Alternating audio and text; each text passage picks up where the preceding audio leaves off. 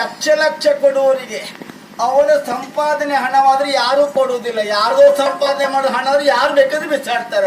ಅಯ್ಯೋ, ಯಾರ್ಯಾರು ಎಷ್ಟೆಷ್ಟು ಸಂಪಾದನೆ ಹೇಗೆ ಮಾಡಿಕೊಂಡ್ರೆ ಏನು, ನಮಗೂ ಬೇಕಾದದ್ದು ಸಿಗ್ಲಿ ಅನ್ನೋ ಹಾಗೆ ಯೋಚನೆ ಮಾಡುವವರೆಲ್ಲ ಕೆಲವು. ಪ್ರಭು, ಮತ್ತೆ ಮಹಾರಾಣಿ ಇನ್ನೊಂದು ಮಾತಾಡಿದ್ರು, ಊರಲ್ಲಿದ್ದ ಗಂಡಸರು ಎಲ್ಲ ಪರಿಚಯ ಉಂಟು ಅಂತ. ನೀವು ಅದೇ ಹೋದಾದ್ರೂ ನಿಮಗೆ ನನ್ನ ಪರಿಚಯ ಇಲ್ಲ ನೋಡಿ. ಜೊತೆಯಲ್ಲಿ ನಾನು ಹಣಕ್ಕಾಗಿ ಬಂದವಳಲ್ಲ, ರಕ್ಷಣೆ ಬೇಕು ಅಂತ ಬಂದವಳು. ಹೆಣ್ಣಿಗೆ ರಕ್ಷಣೆ ಯಾವುದು? ಮಾಂಗಲ್ಯದಿಂದ ಹೆಣ್ಣಿಗೆ ರಕ್ಷಣೆ ತಾನೆ. ಆ ಭಾಗ್ಯವನ್ನ ಕೇಳಿ ಬಂದವಳು ನಾನು.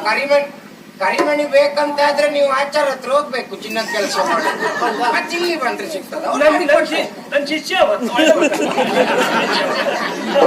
ನಾನು ಕ್ರಯ ಕೊಟ್ಟು ಪಡ್ಲಿಕ್ಕೆ ಬಂದವಲ್ಲ, ಕಟ್ಟಿಸಿಕೊಳ್ಳಿಕ್ಕೆ ಬಂದವಳು. ಸ್ವಾಮಿ, ಹೆಣ್ಣಿಗೆ ನಿಜವಾದಂತ ಒಂದು ಬೇಲಿ ಅಂತ ಹೇಳಿದ್ರೆ ಕೊರಳ ಮಾಂಗಲ್ಯವೇ ಹೌದು.